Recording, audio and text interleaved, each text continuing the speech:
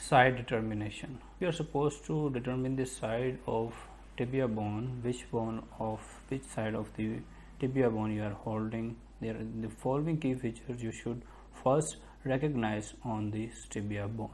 First of all, you should be able to differentiate between upper end and lower end, which is very easy since its upper end is large as compared to its lower. So we will always hold the smaller part in the lower side, and the larger part, we will always direct the larger part in upper direction. We cannot hold this bone in this way because right now the larger part is at the lower level as compared to the smaller part. So we will always hold the bone in this direction such that this large upper part is lying superiorly and the shorter end is lying inferiorly. Now that we have established the two ends of the tibia, in order to further recognize that side, we should know the anterior and posterior direction of this bone. Now the one distinct feature at the anterior side is at upper end, this tuberosity here.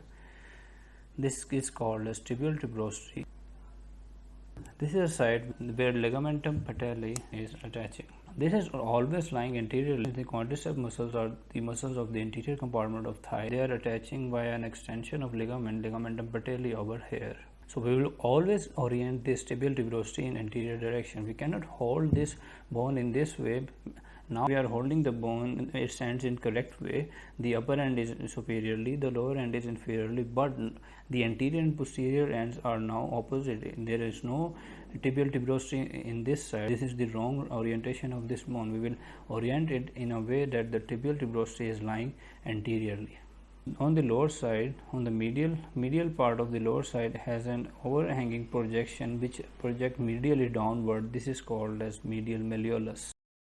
Now there are two condyles of the tibia on the upper end, medial and lateral condyle, medial being larger as compared to the lateral condyle to accommodate the condyles of the femur bone. Now you can clearly see that the medial condyle is in line with this malleolus, medial malleolus. So we will always orient this malleolus in medial direction. The anterior border of the shaft of the tibia is sharp and it is always lying anteriorly. There is no posterior border on the tibia.